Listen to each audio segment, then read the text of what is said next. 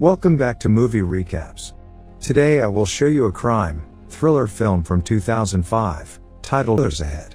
Watch out and take care. After 7 years of confinement, cockney gambler Jake Green is finally freed from prison. 2 years after his release, he and his brother Billy go to one of the most important casinos in the area with the intention of getting back the money they are owed by the owner, crime boss Dorothy Macha. Ignoring his bodyguard Paul's advice, he allows Jake to join his private game. On the way up, Jake hesitates to take the elevator because of his claustrophobia, but the other bodyguards remind him they must climb 20 floors, so he gives in and takes the elevator while fighting a panic attack. Jake's first bet is on a chip toss against another player at the table, which he loses.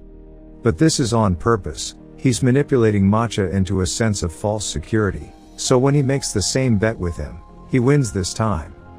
Billy and Jake hurry to leave the casino with their bags full of cash, and on their way out, they're stopped by Zach, who tells them they're in danger and he can help them before giving Jake his card.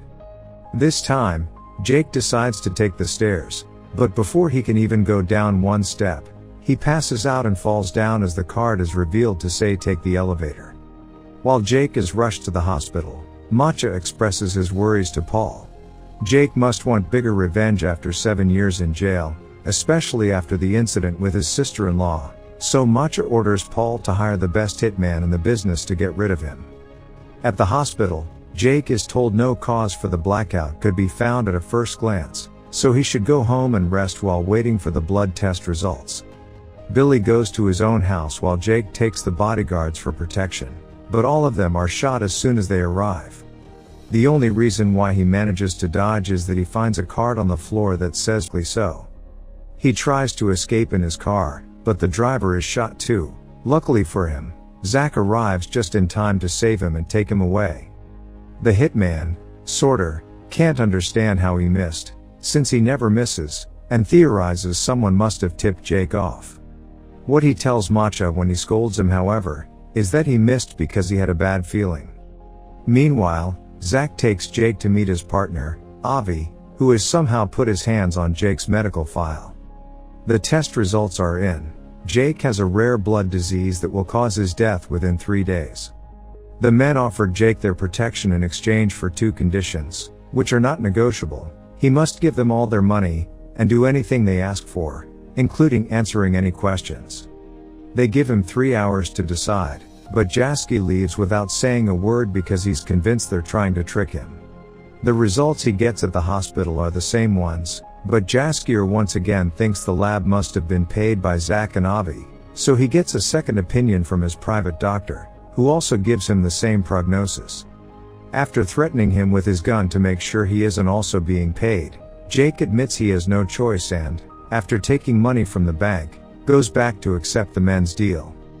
As they go out for a ride, Avi explains they're loan sharks, and it'll be Jake's money that they'll be loaning. After visiting their first client to drop the money, Avi demands Jake to tell him all about his history with Macha. Macha used to have 3 very stupid men working for him called the 3 Eddies. They lost their card man before a big game and knew Jake was a good player, so they called him to replace him. Jake wanted to refuse, but they threatened Billy's family, so he had to accept to protect them. During the game, however, the other men on the table began insulting Jake and his mother. Jake wouldn't accept that, so he started a gunfight. The power went off, the money disappeared, and the next thing he knew, someone dropped his name and Jake was being questioned by the police. To keep him from talking, they threatened his niece and accidentally killed his sister-in-law when she tried to protect her daughter. Jake didn't tell the cops that Macha organized the games and was sent to jail for 7 years. During that time, the Eddies upset Macha in some way, which resulted in him using them as concrete. After visiting a bunch of clients, Zach sends Jake to stay at a motel. Meanwhile, Macha and Paul visit crime kingpin Sam Gold, considered the ultimate figure all other crime bosses want to be like. However, Gold never receives visitors, so instead they meet with his advisor, Lily Walker, who accepts to broker a powder deal with Macha. She also reminds him that Gold doesn't like publicity or give second chances. Sometime later, Jake gives Zach and Avi more money before he's asked about his time in jail while playing chess with Avi. Jake had been given 2 options, 14 years of normal time or 7 years of solitary, so he chose solitary. His cell was between 2 men's, a chess master and a con man, that had been there for a long time, and while they never talked to each other, they knew everything about each other. During the first 5 years of Jake's sentence, the 3 of them would communicate by sending messages written on the library books, and that was how Jake learned their formula to win any game in the world. The 2 men were planning a prison break and promised to take Jake with them, but when they finally left, they disappeared without a word and left Jake behind. When he was released 2 years later, he found out those 2 men had taken all his money and only left behind a note that said you can only get smarter by playing a smarter opponent, so Jake started using the formula to make himself rich at various casinos. As the days pass, Jake continues working by visiting various clients and giving away his own money. He's also supposed to threaten them if they don't pay, but he can't bring himself to hurt innocent, desperate people. Meanwhile, Avi and Zach are chaining the side of a wall to a truck so when they pull, they break said wall and steal the safe on the other side. This safe has the powder Matcha had promised Lily, so when he finds out he's been robbed, he sends Paul to solve this no matter what it takes. Paul goes to see their rival, Triad Kingpin Lord John, who accepts to provide them with the powder on such short notice but only for an overinflated price. Jake, Zach, Avi, and their team go to the hotel where the exchange will happen. They sneak into a room next to the thugs to make a hole in the wall and inject sleeping gas, putting both Matcha's and John's men to sleep. Then they steal the money and the powder, framing it to make it look it was Matcha that robbed John and vice versa. Sometime later, Jake gets a call from Billy, who tells him he's been asking around and has found out that Zach and Avi are so dangerous that not even gold would touch them, so Jake should get out of there. Jake doesn't listen and goes back to work, where he's being expected to shoot a scared client. He refuses and tries to shoot Avi instead, but he realizes the gun is empty right before Avi knocks him out.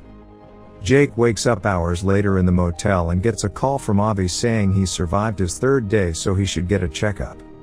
After being visited by his niece and Billy, who leaves him a gun just in case, Jake goes to see his doctor, who confirms the diagnosis had been wrong and Jake is fine. He tries to call Avi and demand answers, but Avi only says he'll have to wait.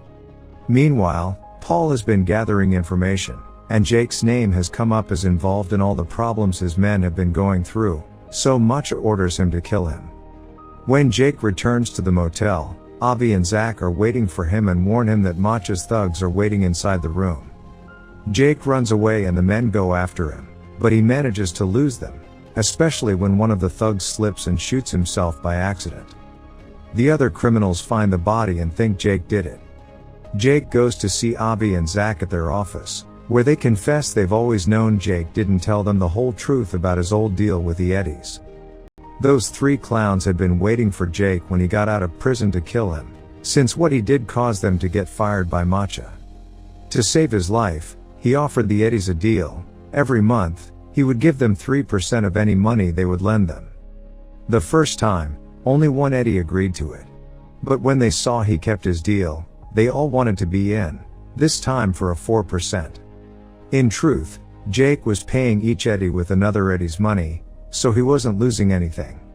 It came to a point where they didn't have any more money to lend, so they borrowed from Matcha, who quickly became interested in the Eddie's mysterious moneymaker man. After gambling with the formula and making himself rich, Jake chose that moment to take a vacation with his brother and niece, and that was when Matcha killed the Eddies for not paying him back. Speaking of Matcha, he's having dinner at a fancy restaurant when he's visited by his henchmen, that tell him Jake escaped. Sorter recognizes John's lover pretending to be a waitress, so he shoots her before leaving the restaurant to go after her driver. However, his shooting is still off and he only got to hurt her, not kill her, so before dying, the woman manages to shoot Matcha's finger off in the middle of the commotion. Then, Sorter is sent to Lord John's hideout to kill him and his men. Back to Jake, he's still chatting to Zach and Avi while they play golf on a roof. They explain to him that nobody ever gets to see gold because he doesn't actually exist, He's just a representation of ego and the personification of greed. He only has power over those who invest in him. So what Jake needs to do is change the rules of what he allows to control him.